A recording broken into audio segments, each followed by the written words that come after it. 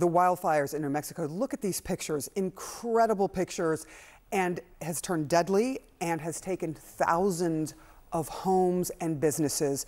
With me now is Eric Morrow, who lives in Ruidoso, New Mexico. You experienced this and had to evacuate. Can you give us some sense of how you heard about it and then what you did immediately upon hearing that the fire was too close for comfort?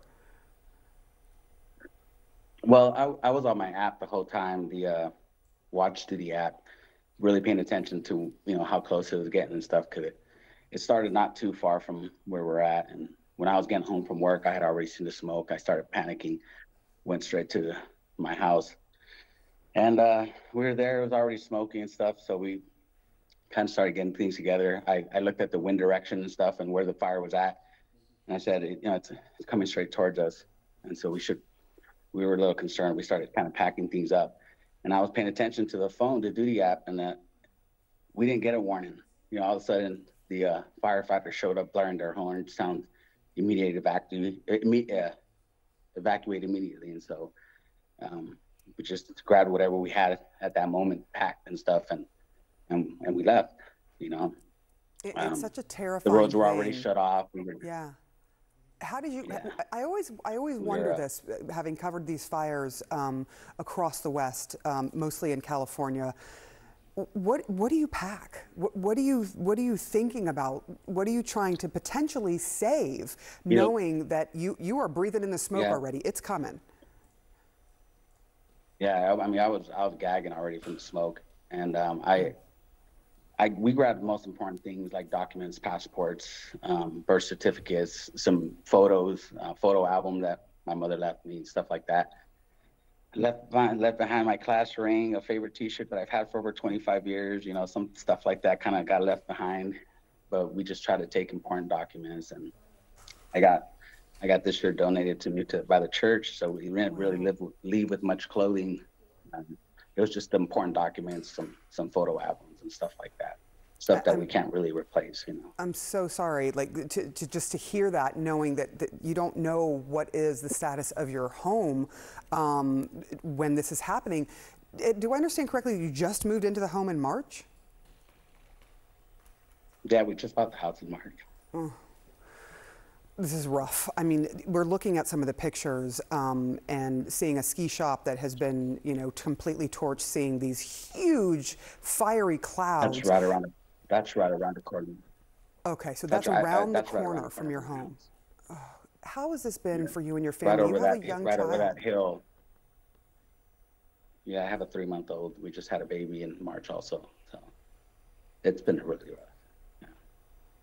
My wife's a trooper, though. She's doing great, just kind of trying to deal with everything and the babies and stuff. So. Yeah. How are you guys holding up right now? Because you've got a 3-year-old. They tend to be very excitable, and you have to explain to her, what's happening. But you're shaken up. I mean, see it on your face. Yeah.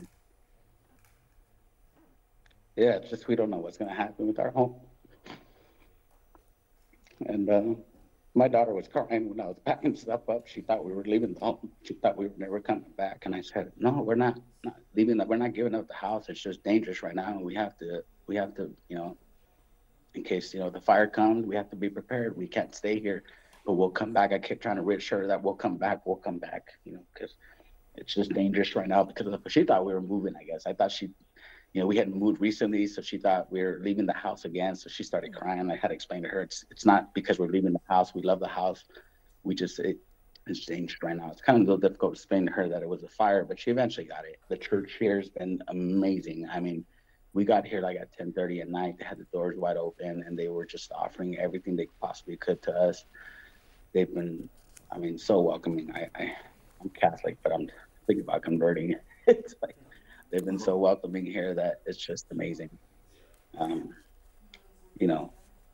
Look, it's quite a sight to see the community come together. It is a sight to see. It is a sight to see. Both the visuals from, you said you're just over the hill there and watching this fire burn a business that is very close to your home. But thank you for showing your vulnerability, because people hear that people are evacuating and, you sort of think of the panic in all of this. But this is your home. You just moved in. You've got a small child. This is a huge issue for the family. What at this point, do you know where you're going to go from here? As firefighters are saying, this is 0% contained. It is completely out of control still. Yeah. Yes, that's what we hear. And so, and the fire last night I saw on the map, it was about, and this was 24 hours ago, it was probably 1,200 meters from my home. And so we don't know. It could still be there. It could be completely in flames. I mean, we just don't know.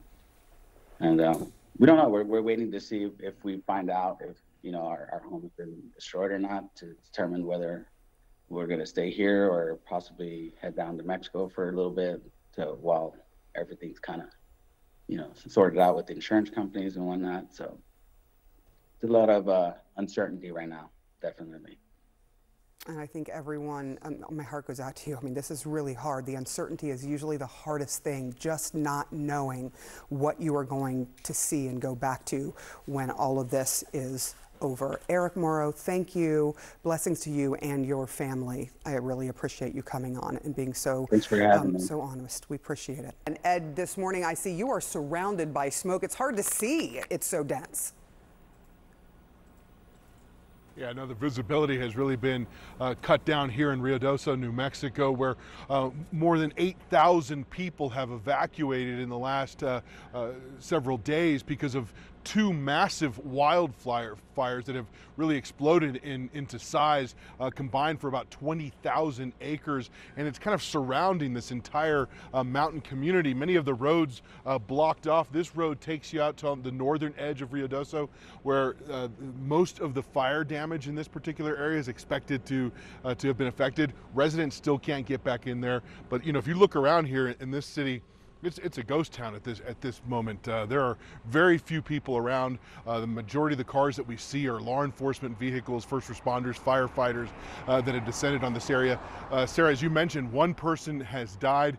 Many of the people here have evacuated, gone off to communities several hours drive away to wait out this wildfire as the crews continue to do the work here. But you can see, just look around us here, just the intensity of the smoke that is kind of blowing off the fire areas that aren't too far away from where we are. There is a sliver of good news expected later today, where weather forecasts show that it could start raining after 3 o'clock Mountain Time here and into tomorrow as well. So if that does happen, it would bring much needed relief and in hopes of being able to extinguish these wildfires much faster, because right now, I believe the latest information we have is that much of it is still not fully contained in any kind of way. So these wildfires, intense, very mountainous region, difficult terrain for these fire crews to work through as well. And obviously just a very dangerous situation still unfolding here, Sarah. We see it where you are. We're seeing these pictures brought in from Pamela L. Bonner, who are showing these massive plumes of smoke and a sky that looks like it is on fire. Incredible pictures, a dangerous situation there. Keep yourself and your crew safe. Ed Lavandera, thank you so much for your reporting.